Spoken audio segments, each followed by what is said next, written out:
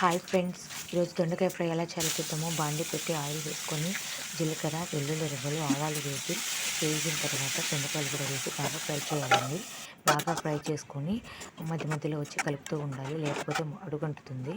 ఈలోగా మనం కొంచెం సాల్టు, కొంచెం పసుపు వేసుకొని బాగా మిక్స్ చేసుకోవాలి, బాగా వేయించుకోవాలి. తర్వాత లేకుంటే మధ్య మధ్యలో వచ్చి ఇలా కలుపుతూ ఉండకపోతే మాడిపోతుంది, అడుగంటితే అస్సలు బాగోదు. దొండకాయ తాలింపు బాగా కలుపుకుంటూ ఉండాలి. ఇది ఎంత బాగా ఇలా కలుపుతుంది అంత బాగుంటుంది దొండకాయ ఫ్రై. తర్వాత మనం కారం సిద్ధం చేసుకున్నాము. ఎండుమిరపకాయలు, శనగపప్పులు, వెల్లుల్లి రెబ్బలు, కొంచెం సాల్ట్ వేసి మిక్సీ పట్టి పక్కన పెట్టుకోవాలి. తర్వాత ఈ కారాన్ని దొండకాయ ఫ్రైలో వేసుకుంటే చాలా బాగుంటుంది. ప్లీజ్ ట్రై చేయండి. తర్వాత లో ఫ్లేమ్లోనే ఈ దొండకాయ వేయించుకోవాలండి, లేకుంటే అడుగంటుతుంది. అడుగంటితే అసలు బాగోదు. ప్లీజ్ ట్రై చేయండి, ఈ ఫ్రై చాలా బాగుంటుంది.